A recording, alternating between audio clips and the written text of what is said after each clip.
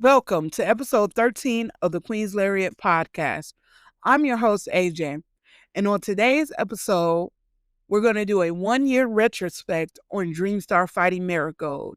But before that, if you like pro wrestling podcasts, please like, share, and subscribe here on YouTube, and also follow us on X at Queen's Lariat. Dreamstar Marigold was founded on April 15th, 2024 by Stardom founder Razi Ogawa. The roster was made up of, at the time, former Stardom and Actress Girls wrestlers, along with freelancers and foreign wrestlers. Some of the names on the roster were Julia, Utami Hayashishita, Mirai, Mai Sakurai, Nanae Takahashi, Miku Anu, Natsumi Shozuki, Nao Ishikawa, Bozilla, Zeta Steel, and Myla Grace, to name a few. Marigold has also worked with wrestlers from other promotions such as WWE, Noah, Marvelous, and Actress Girls.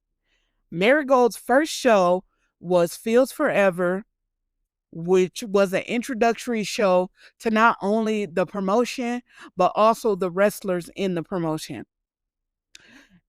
Fields Forever had a fantastic main event tag match, which we saw Julia and Utami Hayashishita go up against Saray and Bozilla. The biggest show to date for Marigold has been Summer Destiny, which had the big match of Io Sky versus Utami Hayashishita and the main event of Saray versus Julia for the red belt. Marigold has introduced 4 championships: the World Championship, known as the Red Belt, the United National Championship, known as the White Belt, the Twin Star Tag Team belts, and the Superfly Championship, which is like a light heavyweight title. Marigold has also had a tournament named the Dreamstar Grand Prix, which was won in its first year by Utami Hayashishita. Some of the big moments in Marigold have been Julia leaving for WWE, Nanae Takahashi retiring, Saray trying to take over Marigold, Miyu Iwatani signing with Marigold, the emergence of super rookie Siri Yamamoka, and there's been other moments too, like the Marigold versus Marvelous set of matches. Some of my favorite matches in Marigold have been Miku Ano versus Mirai, then Miku Ano versus Bozilla for the United National title. Natsumi Shozuki versus Victoria Yuzuki for the super flyweight title. Julia versus Mai Sakurai, and also Julia versus the Marigold roster in her final match. The debut match of super rookie Siri Yamamoka versus Mirai. The Twin Star title match that saw Mirai and Mai Sakurai versus Utami Hayashishita and Victoria Yuzuki. The finals of the Dreamstar Grand Prix, which was Mai Sakurai versus Utami Hayashishita. And some of my favorite wrestlers have been Miku Ano, Bozilla, Utami Hayashishita, Mai Sakurai, Mirai,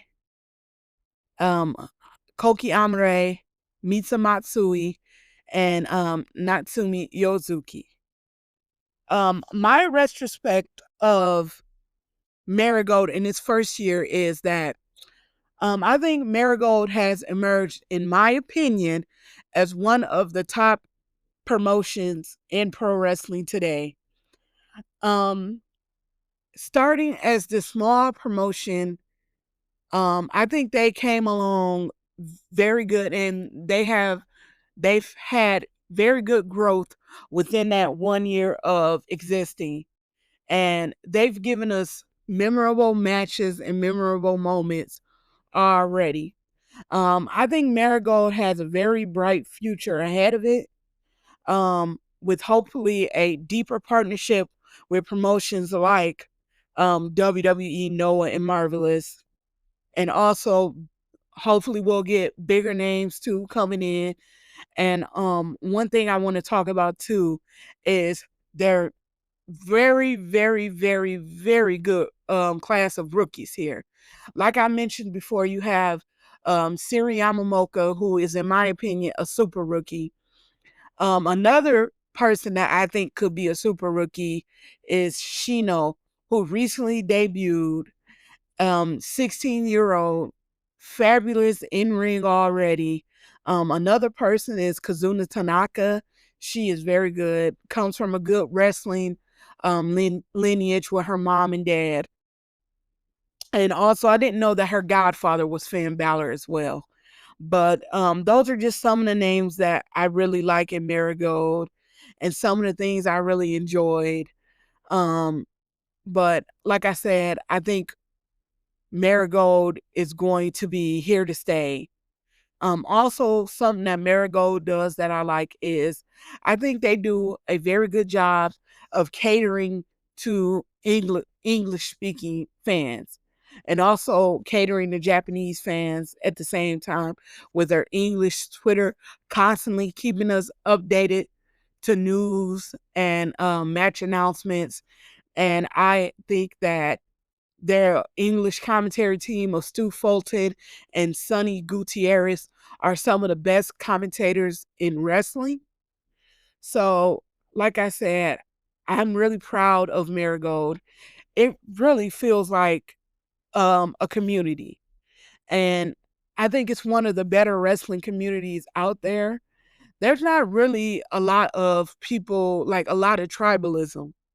There can be a little tribalism between Marigold and Stardom, but it's definitely not as bad as like WWE and AEW. And with that, it just feels like the wrestling matters more when there's not a lot of tribalism.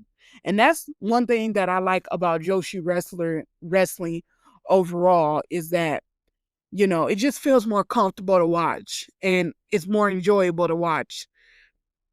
But yeah, as a fan of WWE and Stardom and Marigold, I think Marigold fits right in with some of the very best wrestling that you can watch right now. And I also think Wrestle Universe is one of the best apps that you can watch wrestling on. But anyways, that was just some of my thoughts and retrospection on the first year of Marigold. Um, if you like this episode, please be sure to check out some of my other episodes in the Queen's Lariat podcast playlist. I have superstar spotlights with wrestlers from WWE, Marigold, Stardom. I also give my takes on some of the hottest topics in women's wrestling. Once again, follow me on X at Queen's Lariat. Thank you. I'm out.